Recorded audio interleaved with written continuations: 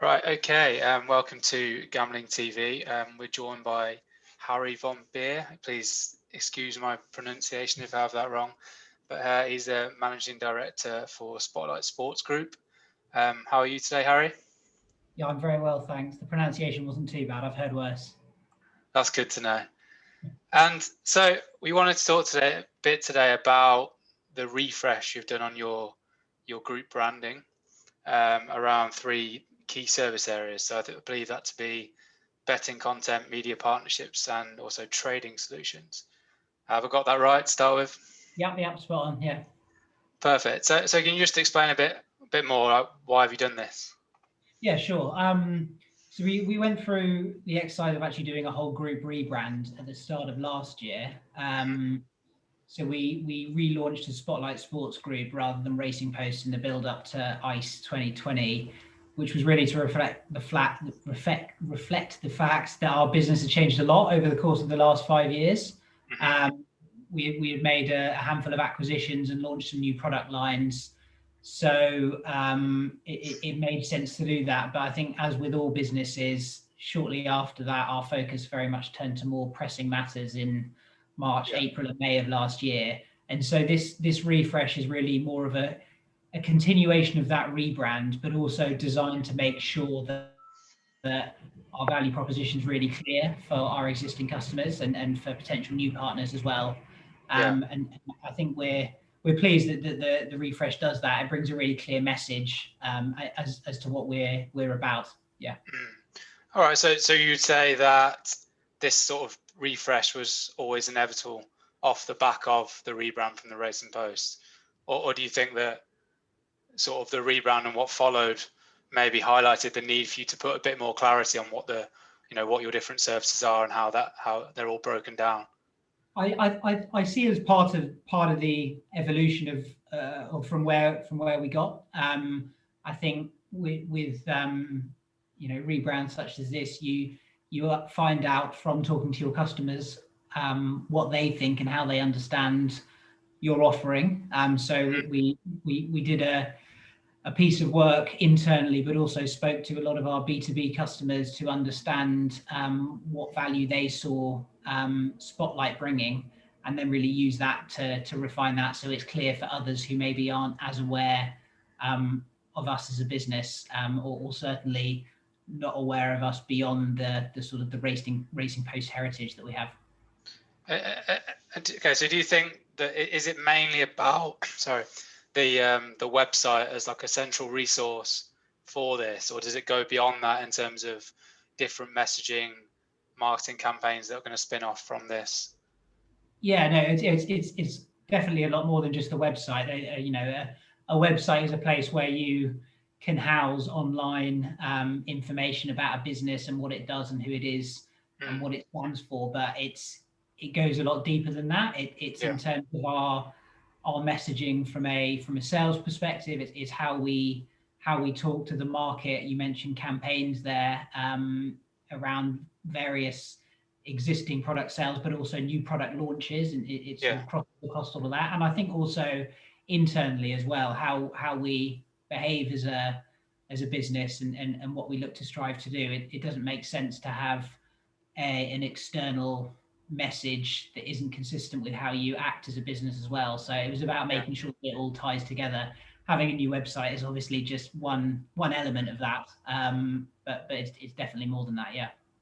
Okay, and just going back a step, obviously coming away from the Racing Post branding, what sort of challenges have you had over the last year or so in moving away from that as a legacy name? Has it caused you any challenges in terms of how you portray to customers, or do you prefer to focus on the opportunities, I suppose?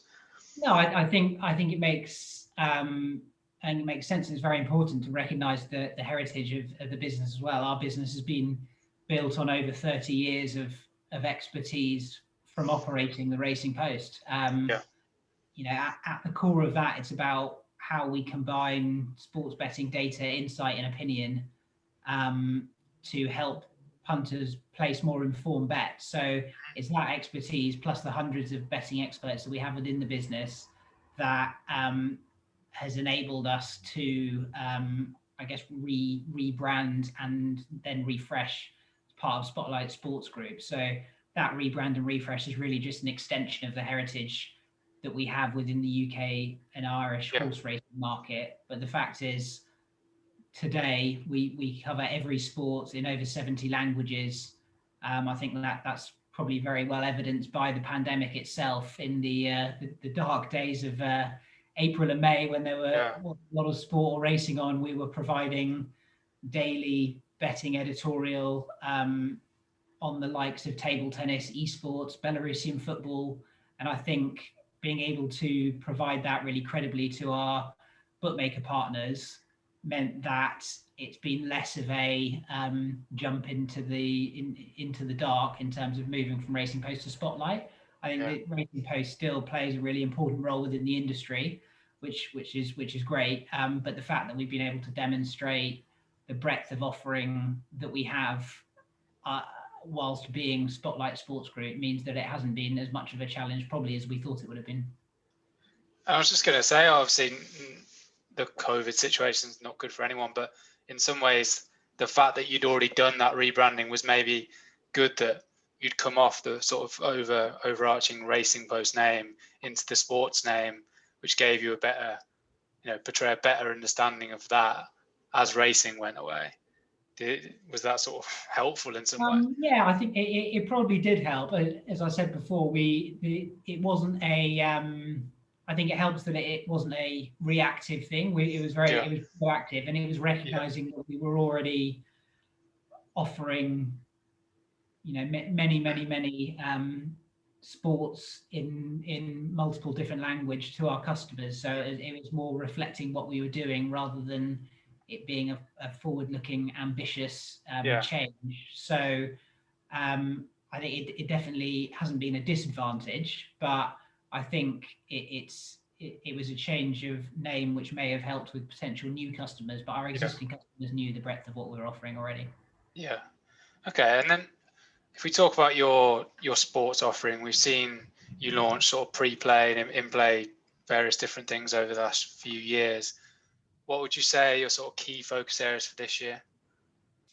Yeah, that's right. So our content offerings definitely evolved over the last few years. So we, as well as the core racing product, which everyone will be familiar with, if anyone who knows a Racing Post, we offer in-play football content. We offer pre-play content across a wide range of sports. So that covers game by game betting insights, verdicts, projections, really stats based content that helps to stimulate betting for our operator partners. Yeah. In terms of the focus for 2021 and beyond, I think there's probably three key areas. I think firstly, in terms of the breadth of sports that we cover, we want to make sure we can offer what our customers want. I mentioned, I think the US sports offering that we currently have that's proving popular in terms of the four major sports plus the popular college equivalents, and just making sure that we can offer what our bookmaker partners want us to.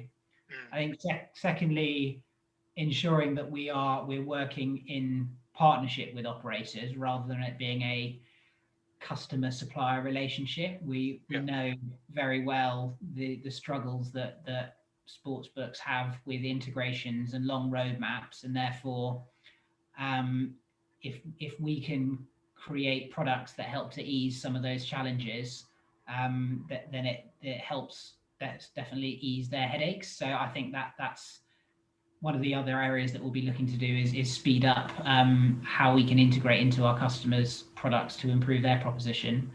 And then thirdly, I think ensuring that we've got the right content for the right format as well. We've been if you take retail, for example, we've been the market leader in terms of retail content for the UK market for decades, which started with racing, but has seen over the course of the last couple of years our sports product roll out across the Entain brands, Paddy Power from Flutter, Betfred as well over the last 2 years. And so making sure that we're tailoring the content to the right channel as well is really important. I think that applies to as we look internationally as well as just the UK. So I'd say that those are sort of the three main areas. They're pretty broad reaching, I appreciate, but I think all equally important. Okay, so if we pick up on the US side, obviously a big focus for you. What's sort of your current standing in the US in terms of how you're supplying partners out there at the moment? Yeah, so it's exciting time to be involved in sports betting. I think, given the activity in the US. From our perspective, we've seen very significant growth through our US affiliate site, pickswise.com, which essentially offers daily picks, predictions, previews, and all manner of sports betting comment for a US audience. And we've been delivering good customer numbers to our bookmaker partners in the US through that. The other side of the coin is the B2B content offering that I mentioned previously, which is essentially looks to replicate the bet stimulating content that we have provided in the UK and also other international markets to cover the US sports. So the four major sports plus college basketball, college football, and we're able to provide a wide range of others as well, be it UFC, be it MLS. So in the same way that our European facing business has been built on providing independent premium content to operators that helps them to engage their bettors, we followed that same model in the US, and we're confident that we'll see a similar result. I mean, I was going to ask you which of the sort of areas that you're going to focus most on for the US, but I think you've answered about the betting content, but also about Pickswise on the affiliate side as well. On the betting content, you talked about making sure you get your betting offer right in terms of what it is you provide. Is this something that you're learning as you go along in terms of what you need to have in terms of the right content for US players? Yeah, absolutely. It would be naive to just assume that what works in one market works in another. Fortunately, we've got the experience of operating in a number of different territories already. So what we're not saying is we've learned everything possible about the UK and we're going to apply it to the US. We've whilst the UK and Ireland have been our primary territories, we particularly on the B2B side provide a wide range of customers in other markets as well. But I think you put it very well. It's definitely a learning exercise. Some things work with US sports bettors that we didn't necessarily think would, just because we assumed it was more of a UK centric type of product or content. And similarly, some things really don't stick. But I think one of the benefits for our business of having both the customer facing websites such as Pickswise as well as the B2B model means that we can learn from one to inform the other. So that in essence that's been the real strength of Racing Post in the UK. And latterly the acquisitions that we've made that have primarily been faced on the European market and the UK market means that we've been able to refine that. So again, as we operate through Pickswise in the US, it's continuing to inform what type of content we create. How old is the Pickswise brand? It's been around probably about 2 years now. So we started looking at the US market as everyone else did when the rumors of PASS were being repealed, and Pickswise in reality was initially started as a test and learn approach to understand more about the US market. We threw a few of our best people at it, as well as understanding what other opportunities may exist. But actually, we've seen really great traction with it, both in terms of the audience, but also feedback from the operators in terms of what we're driving through to them. So I think we've really been going at it full steam ahead for the last 12 months or so, probably. So it's it's evolved from us having an opportunity to learn about the market to actually being a real flagship destination for US sports bettors. Yeah, because I was going to ask, is this sort of coming at the Super Bowl this week? Is this like your first major push at the US traffic through Pixwise, or was that also last year? Was that last year? Well, the Super Bowl last year, Pixwise was live, but it was much smaller and more basic version of site than it is today.